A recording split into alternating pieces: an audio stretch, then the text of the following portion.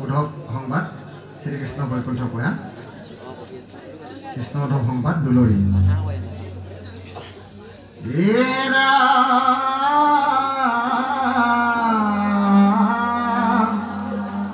নিগদতি hook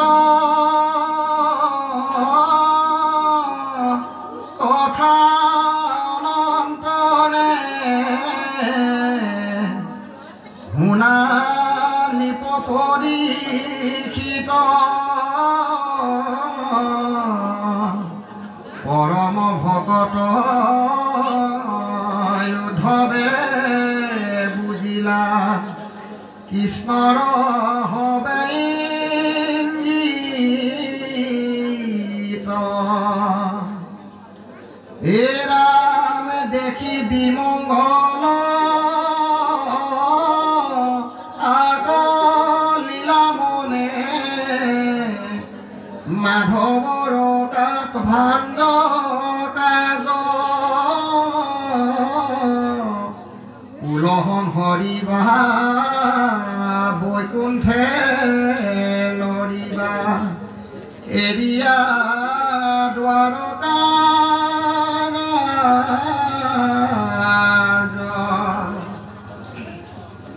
হে ৰাম হে কৃষ্ণ স্বামী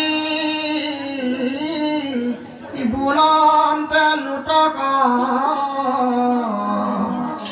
নয়নৰ পৰা পৰে হৰিণত হুকে অগনি উধাই মনে মহামৰ্ম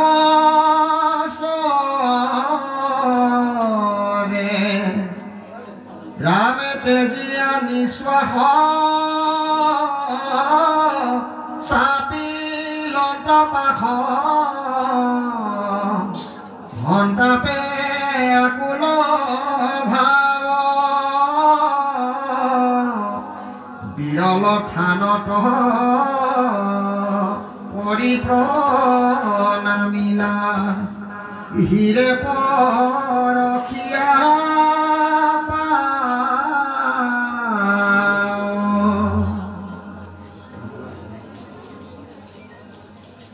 হে ৰাম কৃষ্ণৰ বিয়োগে আদি অন্তৰ্গতে হৃদয় দগধ কৰে বুকে মকমকী অৰন্ত ক্ৰন্দন নয়নৰ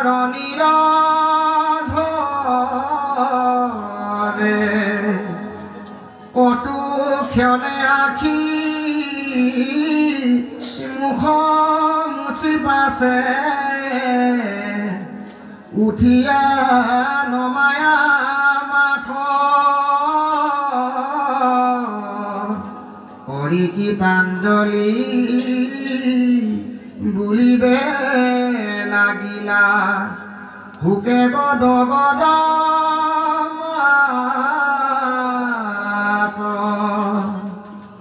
হে ৰাম বংশত সংহৰি এৰি ভূমি তুমি যাইবা জানিলো আমি ইৰিখি সাপ বাপ ব্যৰ্থন কৰিলা যিহেতু জগত স্বামী কৃষ্ণ কৃষ্ণ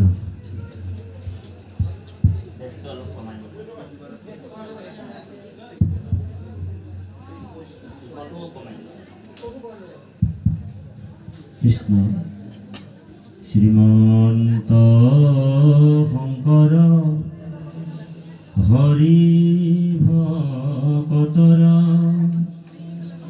জানা যে নকল্পতৰু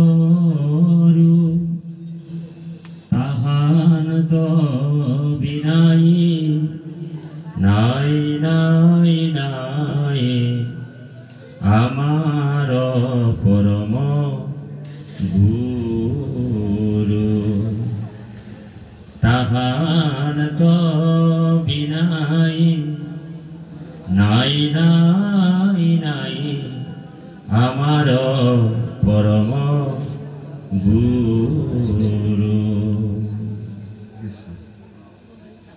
জয় জয় ঈশ্বর অনাদি দেব হরি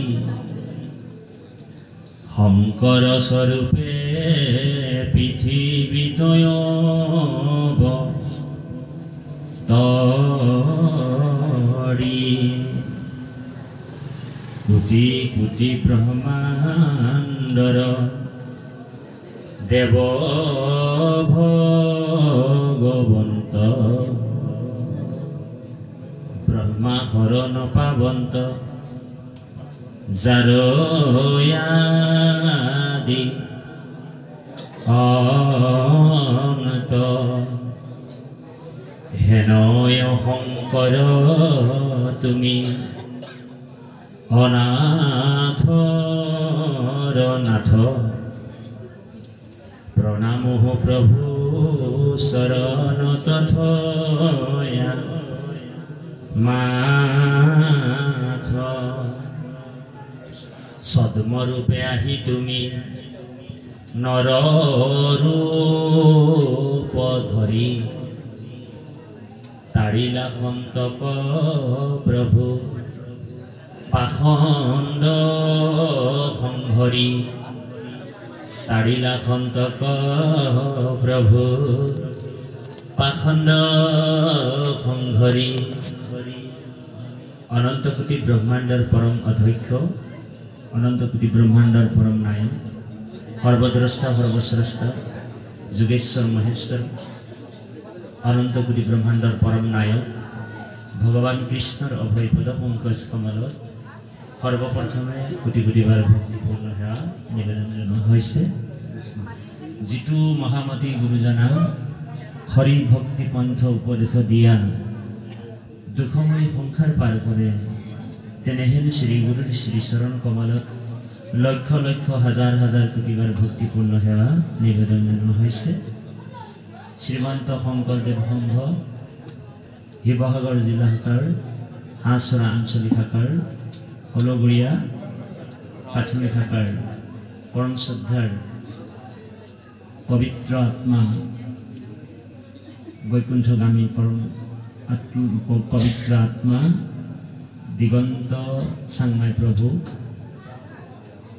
উৰ্ফ মিণ্টু চাংমাই আজি তেৰাৰ ডিব্ৰুগড় একাদশ দিৱস আৰু এই শুভ ক্ষণত পবিত্ৰ ক্ষণত আজি তেৰাৰ বৈকুণ্ঠ কাৰণে ভক্তসকল পূব পশ্চিম উত্তৰ দক্ষিণৰ পৰা আহি সেই জীৱাত্মাটোক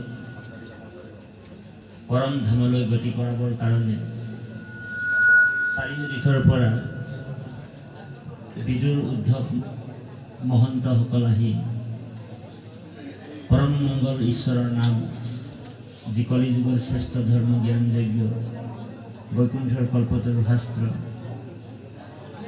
নিশা যি ৰাত্ৰিকালত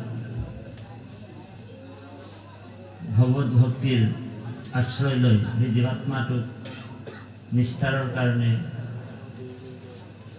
চাৰিওফালৰ পৰা আহি ভকত বৈষ্ণৱ উপস্থিত হৈছে, আসন অলংকৃত কৰি আছে। আমি একেলগে সমূহ ভক্তবৃন্দৰ শ্ৰীচৰণত কোটি কোটিবাৰ ভক্তিপূৰ্ণ সেৱা নিবেদন জনোৱা হৈছে।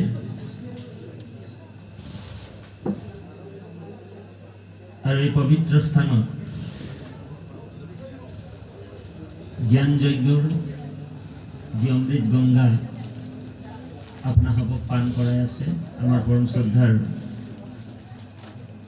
কৃষ্ণকান্ত গগৈবা আমি তেৰাৰ শ্ৰীচৰণতো ভক্তিপূৰ্ণ সেৱা নিবেদন জনোৱা হৈছে।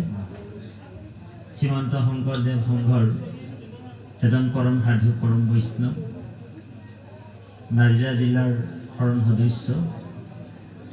আজি আমি তেখেতক বহু দিনৰ পিছত দৰ্শন পালোঁ। আমি তেৰাৰ শ্ৰীচৰণতো ভক্তিপূৰ্ণ সেৱা নিবেদন জনোৱা হৈছে। ব্ৰজধামৰ গোপিনীস্বৰূপ আই মাতৃ সমস্ত যথেষ্ট সংখ্যক এই পুণ্যতীৰ্থত আহিছে। আমি আই মাতৃ সমস্তৰ চৰণতো ভক্তিপূৰ্ণ সেৱা নিবেদন জনোৱা হৈছে। দেহৰ ভৱিষ্যস্বৰূপ যুৱক যুৱতী ছাত্ৰ ছাত্ৰীৰ লগতে ভক্ত প্ৰহ্লাদ ধ্ৰুৱসদৃশ শিশুসকলেও এই পুণ্যতীৰ্থত আহিছে আৰু এটা আনন্দৰ পৰিৱেশৰ সৃষ্টি হৈছে। জীৱই যেতিয়া কোটি জন্মৰ পুণ্য সঞ্চিত হৈ থাকে, সেই জীৱাত্মাবিলাকে আচলতে ভকতৰ সং পায়, সাধুৰ সং হয়। আৰু আমি ভাবিছোঁ আজি আমাৰ পৰম শ্ৰদ্ধাৰ বাপজন বিয়োগ হ'ল। আচলতে তেৰা সমস্তৰ কোটি জন্মৰ পুণ্য আছিল, সেইকাৰণে দিনত বোলে 300ৰো অধিক বোলে ভকত হৈছে বুলি গম পাইছোঁ। ঔ হৰি ঔ ৰাম। আৰু ৰাত্ৰিও চাইছোঁ যে ইমান ভকত গোট খাইছে, কাৰণ জীৱাত্মাটো সকলোৰ প্ৰতি প্ৰেম ভক্তি সহানুভূতি আছিল। সেইকাৰণে আপোনাহক মৰম চেনেহৰ যিটো এনাজৰী বান্ধ খাই আছিল, সেইকাৰণে সকলোৱে আহিছে। গতিকে মূল বস্তু এইটোৱেই যে মানুহে জীৱনত কি কৰিলে নকৰিলে কোনো ডাঙৰ কথা নহয়। আমি সকলোকে সমজ্ঞান সমভাৱেৰে প্ৰেম ভক্তিৰে যেতিয়া থাকিম, আটাইতকৈ ডাঙৰ বস্তুটো কৃতিটো আমাৰ থাকিব লাগিব। হয়নে? আমি একো বস্তু লৈ যাব নোৱাৰোঁ। এটা বস্তু থৈ যাব লাগিব যে আমি মানুহৰ লগত কেনেকুৱা প্ৰেম ভক্তিৰে আছিলোঁ, এইটোৱে মূল দৰকাৰ, নহয় জানো বাপ? গতিকে বাপ আই সমস্ত ভাগৱত আপোনালোক জানেই, তথাপিও আজি আমাৰ পৰম শ্ৰদ্ধাৰ ৰাজীৱ চুতীয়া বাপে যোগসূত্ৰৰ দ্বাৰা আজি আমি অধমকে আপোনাহক মহামহন্তক দৰ্শন দিয়াইছে। আমি যথেষ্ট ভাগৰুৱা, কাৰণ 6 দিন ধৰি আমাৰ নিৰন্তৰ ভাগৱতৰ অনুষ্ঠান চলি আছিলে। তেজপুৰত 2 দিন দুৰ্ভোগ মানে একেবাৰে কৰ্মকাণ্ড ব্যক্তিৰ যিটো অনুষ্ঠান দেৱা তেজপুৰত, একেবাৰে চেণ্ট্ৰেল জেল নহয়, মেণ্টেল জেল ওচৰত। তাত ব্ৰাহ্মণ সম্প্ৰদায়ৰ আছিল, শৰ্মা গোস্বামী মহন্ত, সেইসকল আমাৰ আগফালে বহি আছে। আৰু এনেকুৱা অনুষ্ঠানত ভাগৱতৰ অনুষ্ঠান পাতিছে, তাত আমাক নিমন্ত্ৰণ আছিলে। প্ৰায় 2000 মান ভকত হৈছিল। তাৰপিছত তাৰ দ্বিতীয় দিনাখনো অনুষ্ঠান আছিলে তেজপুৰতে। সেই পৰুৱাৰ পৰা আপোনাৰ প্ৰায় 14 কিলোমিটাৰ বিহগুৰি ছাগলী চুবুৰীয়া বুলি এটা জেগাত, তাত শ্ৰীমন্ত শংকৰদেৱ সংঘৰ মাত্ৰ এঘৰ আছিল। বাকী 150 ঘৰ মানে যাগ যজ্ঞ পূজা পাতল তাৰ লগতো জড়িত আছে আৰু গুৰু ধৰ্মৰ লগতো জড়িত আছে। আৰু এই আমাৰ শ্ৰীমন্ত শংকৰদেৱ সংঘৰ মানুহজনক কিন্তু নিমন্ত্ৰণ কৰা নাছিল। ঔ হৰি ঔ ৰাম। তেখেতৰ 10 কেজি মগু বুট দিছিলে, সেইটোও মানে তেখেতলোকে ভাগৱত অনুষ্ঠানটোত বন্ধ কৰি দিলে। আৰু সেই অনুষ্ঠানটোত আমি গ'লোঁ।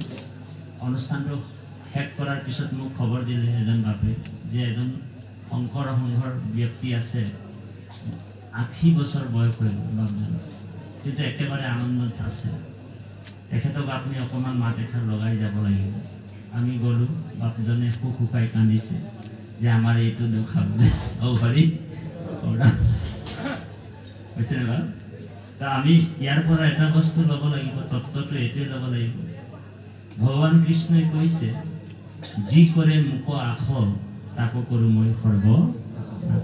যি ভগৱানক ভজে, কৃষ্ণক ভজে, সেইজনক কিন্তু কৃষ্ণই সৰ্বনাশ কৰি দিয়ে।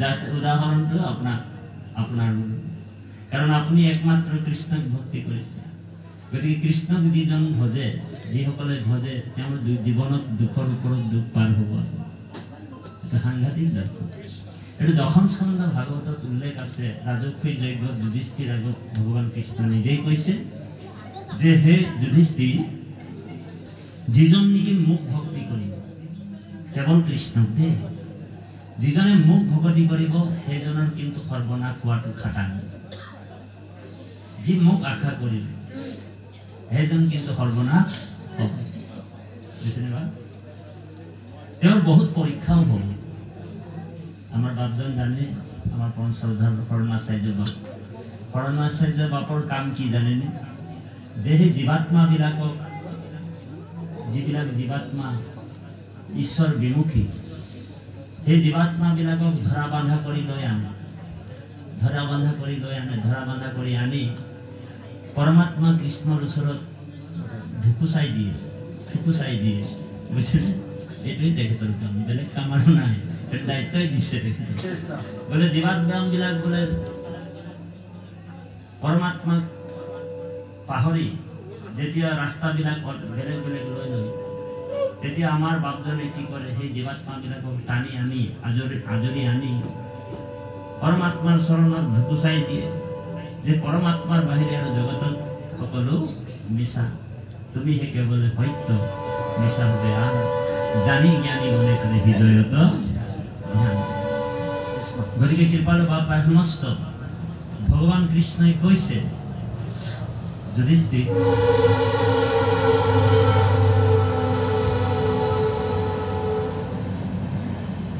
ভগৱান কৃষ্ণই যুধিষ্ঠিৰ কৈছে কৃষ্ণ বোলে অদ্ভুত এ শুনিও অৰ্জুন মুহুৰ স্বৰূপ জানিবাক পাৰে কোন মই ব্ৰহ্ম মোৰ কৰ্ম নজানে একোজন ব্ৰহ্মাহৰ মোহ যাই মুহুৰ মায়াত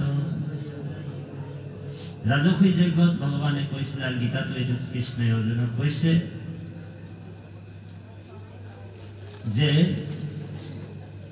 যিজন মোক আশা কৰিব তেওঁৰ সৰ্বনাশ হ'ব তেওঁৰ মই তিনিটা পৰীক্ষা ল'ম এই পৰীক্ষা তিনিটা কি বৰ গুৰুত্বপূৰ্ণ কথা ধ্যান দি শুনিব 1 নম্বৰ পৰীক্ষা হৈছে ব্লেয়াসাম অনুগন্দ্ৰামি হৰিসুত ধনম সদহি প্ৰথম পৰীক্ষা যে যিজন মোৰ ভক্তি কৰিব তাৰ প্ৰথম পৰীক্ষাটো কি প্ৰথমে তাৰ মই ধনবিলাক হৰণ কৰিম ধন মানে টকা পইচা নহয় দেই কামনা বাসনাৰ যিবিলাক ধন এইবিলাক হৰণ হ'ব 1 নম্বৰ পৰীক্ষা ও হৰি গৌৰাম তাৰপিছত দ্বিতীয় পৰীক্ষাটো তাতকৈ ডেঞ্জাৰ হ'ব দ্বিতীয় পৰীক্ষাটো কি ল'ব ভগৱানে আমাৰ বোলে কৰমি বন্ধু বিচ্ছেদম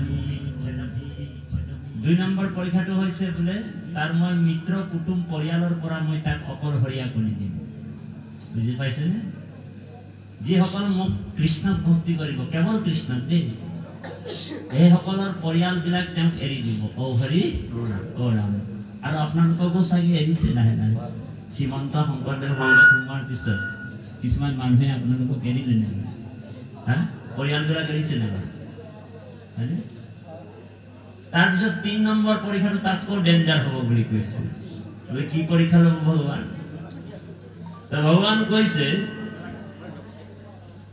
বোলে সৰ্বম ক্লেশাদি জীৱনম সৰ্বম ক্লেশাদি জীৱনম তাৰ জীৱনত মই দুখৰ ওপৰত দুখ দি দিম মানে বোলে কেতিয়াবা মই তাৰ হাতটো ভাঙি দিম ও হৰি গৌৰাম বুজিছে কেতিয়াবা মই তাৰ হাতটো ভাঙি দিম কেতিয়াবা মই তাৰ বোলে ভৰিটো ভাঙি দিম ও হৰি গৌৰাম কেতিয়াবা বোলে তাৰ আইগৰাকীক মই উঠাই লৈ যাম বুজিছেনে বা কেতিয়াবা বোলে বাপজনকো ও হৰি গৌৰাম কৰি দিম কেতিয়াবা যদি 3জন ল'ৰা আছে এজন ল'ৰাক ডাঙৰজন ল'ৰাক ও হৰি ঔৰাম কৰিম তাৰমানে কাৰণে কৈছিল কৃষ্ণ। আৰু এনেকুৱা পৰীক্ষাবিলাক ডেঞ্জাৰ পৰীক্ষাবিলাকত যোনে উত্তীৰ্ণ হৈ যায় দেৱ ধ্যান দি শুনিব, বৰ গুৰুত্বপূৰ্ণ কথা। ভগৱান কৃষ্ণই কৈছে যে এনেকুৱা 3টা পৰীক্ষাত যোনে মোৰ উত্তীৰ্ণ হৈ যাব, বহুত ডেঞ্জাৰ পৰীক্ষা, বহুত দুষ্কৰ পৰীক্ষা এইবিলাক। বোলে প্ৰথম পৰীক্ষাটো বোলে তাৰ বোলে মই ধনবিলাক হৰণ কৰিম। য়েশম অনুগন্ধামি হৰিষ্য তদ্ধনম সদেহি 1 নম্বৰ পৰীক্ষা। 2 নম্বৰ পৰীক্ষা কৰোমি বন্ধু বিচ্ছেদম, তাৰ মিত্ৰ কুটুম পৰিয়ালৰ পৰা অকলশৰীয়া হৈ তাক কোনো ভাল নাপাব। যেতিয়া একশৰণ ধৰ্ম গ্ৰহণ কৰিব মানুহবিলাক বেয়া পাব আপোনাৰ, বুজিছেনে বাৰু? তাৰপিছত বুলি কৈছে ভগৱন্ত সৰ্বম ক্লেশাদি জীৱনম, তাক মই দুখৰ ওপৰত লৈ দিম। তেতিয়াবা বোলে মই আইগৰাকীক উঠাই লৈ যাম, 2টা ল'ৰা আছে, ডাঙৰ ল'ৰাটোক এক্সিডেণ্ট কিবা কৰি ঔহৰি প্ৰদান কৰি। এনেকুৱা পৰীক্ষা লোৱাৰ পিছতো যোনে মোৰ ভক্তি নেৰে, ধ্যান দি শুনিব, যিজন মোৰ চৰণ নেৰে, ভগৱান কৃষ্ণই কৈছে সেইজন মানুহক, সেইজন ভকতক ব্ৰহ্মায়ো আহি কিনি তাৰ চৰণ সেৱা কৰিব বুলি কৈছে। ঔ হৰি ঔ ৰাম। ইমানখিনি দুখ সহ্য কৰাৰ পিছতো যদি মোৰ চৰণ নেৰে, তেনেহ'লে বোলে ব্ৰহ্মায়ো তেওঁৰ চৰণ সেৱা কৰিব লাগিব, ব্ৰহ্মাই আহি। সেইকাৰণে কৃপালু বাপাই সমস্ত সৰ্বম ত্যক্তম হৰিম ভজম, আমাৰ জীৱনত সকলো শেষ হৈ গ'লো, আমি কিন্তু কৃষ্ণ ভক্তিটো এৰিব নালাগে। ধ্যান দি শুনিব, আমাৰ জীৱনত সংসাৰ যদি আমাৰ শেষ হৈ যায়, তথাপি আমি ভগৱানৰ ভক্তি কৰিব নালাগে। এজন মানুহ আছিল, তেওঁ এজন ভাল নামাচাৰ্য আছিল। এজন মানুহ আছিল, তেওঁ ভাল নামাচাৰ্য আছিল, ভকত আছিল। এদিন তেওঁৰ 2টা ল'ৰা আছিল, 2জন ল'ৰা আছিল। তেওঁ ভাল পাঠকীও আছিল। এদিন কি হ'ল, তেওঁৰ ডাঙৰ ল'ৰাটো এক্সিডেণ্ট হৈ মাৰা গ'ল। তেওঁ আৰু নাম পাঠ বন্ধ কৰি দিলে। সমাজত আগতেই তেওঁই থাকে, বুজিছেনে, আগ ধৰি তেওঁই যায়, উপস্থিত হয়। কিন্তু যেতিয়া এই 2জন ল'ৰাৰ ভিতৰত এজন ল'ৰা এক্সিডেণ্টত মৰি গ'ল, তাৰপিছত আৰু ভগৱানৰ ভক্তিটো তেওঁ লাহে লাহে এৰি দিলে। এদিন মোক সভা এখনত পালে, বহুত দিনৰ পিছত, বাপজন আপোনাক আগত বোলে মই ফাৰ্ষ্টতে দেখোঁ, য'তে হ'লে সেৱা সকামত আপুনি ফাৰ্ষ্টত যায়, এতিয়া কি হ'ল আপোনাৰ যে আপুনি সেৱা সকাম চব পাহৰি গ'ল, ভকতৰ সং পাহৰি গ'ল। তেতিয়া বাপজনে কৈছে, কান্দি কান্দি কৈছে যে কি কৰিম বাপ, কণা গোসাঁয়ে বোলে মোৰে ল'ৰাটোক নিব, কণা গোসাঁয়ে বোলে মোৰে ল'ৰাটোক লৈ গ'ল। মোৰ আৰু ঈশ্বৰৰ প্ৰতি বিশ্বাস নাইকিয়া, মোৰ প্ৰতি ঈশ্বৰৰ বিশ্বাস নাইকিয়া হৈ গ'ল, আৰু মই ঈশ্বৰক নভজো আৰু বোলে মোৰে ল'ৰাটোক নিব পাৰিলে। গতিকে ইয়াৰ পৰা আধ্যাত্মিক দৰ্শনটো আমি ল'ব লাগিব যে মোৰ বোলা বস্তুটো আমাৰ আছে নেকি বাৰু? এই মোৰ আৰু মই বিলাকক আঁতৰাবৰ কাৰণে ভাগৱত। ঔ হৰি ঔ ৰাম। ভাগৱত কিহৰ? ভাগৱত কি কথা কৈ আছে? ভাগৱত হৈছে আত্মবিশ্লেষণ। মোৰ আৰু মই ভাগৱতত নাথাকে, মোৰ কোনো বস্তুৱে নহয়। যিজনে মোৰ বুলি ধৰি ৰাখিছে সেইটোৱে মায়া, বুজিছেনে বাৰু? যিজনে মোৰ বুলি ধৰি ৰাখিছে সেইটোৱে মায়া, আৰু যিজনে সকলো ভগৱান বুলি ভাবিলে সেইজনে মায়াৰ পৰা পৰিত্ৰাণ পালে। কৃষ্ণই গীতাত কৈছে, হে অৰ্জুন, দৈবী এষা গুণময়ী মম মায়া দূৰত্বায়া। মোৰ মায়াটো বহুত ডেঞ্জাৰ মায়া, বহুত দুষ্টৰ মায়া। অৰ্জুনে কৈছে, প্ৰভু বোলে তোমাৰ মায়াৰ পৰা পাৰ পাবলৈ হ'লে কি কৰিব লাগিব? ভগৱান কৈছে যে মামেব প্ৰপদ্যন্তে মায়ামেতম তৰন্তি তে, যিসকল ভকতে কায় বাক্য মনে মোৰ ওচৰত সম্পূৰ্ণৰূপে সমৰ্পণ হৈ গ'ল। বোলে কাইটো মানে দেহাটো বোলে কাক দি দিলে, কাক বিক্ৰী কৰিলে? কৃষ্ণক বিক্ৰী কৰিলে। যদি গৰু এটা যদি আপোনাৰ দামোৰা পোৱালি এটা যদি কাৰোবাক বিক্ৰী কৰি দিলে, হয় নহয়? বিক্ৰী কৰাৰ পিছত যদি গাইজনীক বা দামোৰা পোৱালিটোক যদি আপুনি ৰাস্তাত পালে আৰু যদি মোৰ বুলি ভাবি ঘৰত আনি বান্ধি দিলে মানে হ'ব নেকি? তেতিয়া সেই বিক্ৰী কৰা মানুহটো আহি আপোনাক ধুমধাম ঔ হৰি ঔ ৰাম। ঠিক আমি যেতিয়া ভগৱন্তক অৰ্পণ কৰি দিলোঁ, কাইটো ভগৱানক বিক্ৰী কৰি দিলোঁ, বাক্যটো ভগৱন্তক বিক্ৰী কৰি দিলোঁ, মনটো আমি কাক বিক্ৰী কৰিলোঁ? ভগৱানক বিক্ৰী কৰিলোঁ। আৰু এই বিক্ৰী কৰাৰ পিছত আৰু আমাৰ অধিকাৰ নাই, চব ভগৱন্তক অৰ্পণ কৰিব। সেইকাৰণে কৈছে যতে সুকৃতি মানে কৃষ্ণত। আমি যিমান যি পাইছোঁ মোৰ বুলি ভাবিব নালাগে, কাৰণ সংযোগ আৰু বিয়োগ এইটো ঈশ্বৰৰ ইচ্ছাতে হৈছে। বুজিছেনে বা? বোলে কৈৰ পৰা আহে জীৱ কৈত তোৰ বাস, ঈশ্বৰ ইচ্ছাই হুৱে সংযোগ বিয়োগ। এইটো শিৱ পুৰাণত কৈছে। ভগৱান কৈছে যে সংযোগ আৰু বিয়োগটো ঈশ্বৰৰ ইচ্ছাতে হৈছে। আপুনি তাত দুখ কৰি লাভ নাই। তথাপিও আত্মীয়ৰ কাৰণে অলপ দুখ লাগে, ইমান দিন ধৰি আছিলোঁ, হয়নে বাৰু? বহুত মানুহে হজম কৰিব নোৱাৰে। কুটিৰ মাজে গুটি এজনেহে সেইটো হজম কৰিব পাৰে যে আমাৰ প্ৰাণৰো প্ৰাণ আত্মীয়জন বিয়োগ হৈ যোৱাৰ লগে লগে আমাৰ তেনেকুৱা এটা অৱস্থা আহে। আজি এই সন্তাপিত পৰিয়ালবৰ্গক আমি এই পুণ্যত আসনৰ পৰাই, পবিত্ৰ আসনৰ পৰাই ভক্তিপূৰ্ণ সেৱা নিবেদন জনা হৈছে।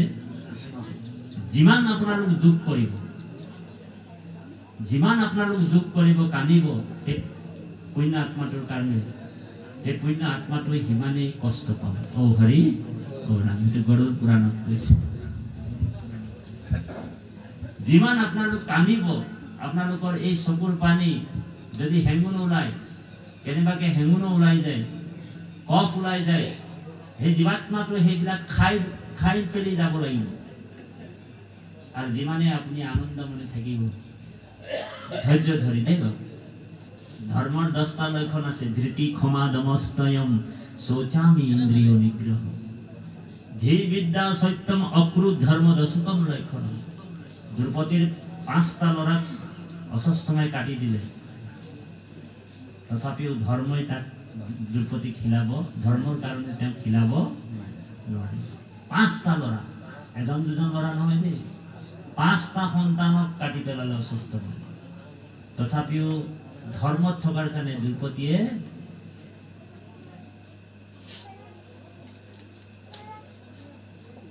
চৰণ সেৱা কৰিছে অশ্বত্থামাক। যেতিয়া অৰ্জুন আৰু কৃষ্ণই অশ্বত্থামাক আনি কিনি গতিয়াই কিনি মাটিত পেলাই দিলে, হাত ভৰি বান্ধি, দ্ৰৌপদীয়ে অশ্বত্থামাৰ চৰণ চুই সেৱা কৰিছে। পাৰিব নেকি কোনোবা? 5টা ল'ৰা কোনোবা যদি কাটি পেলায়, তাৰ পিছতো সেই আততায়ীজনক যদি চৰণ চুই সেৱা কৰিব নেকি? আজিৰ এনেকুৱা কলিজাৰ মানুহ আছে নেকি? ঔ হৰি ঔ ৰাম।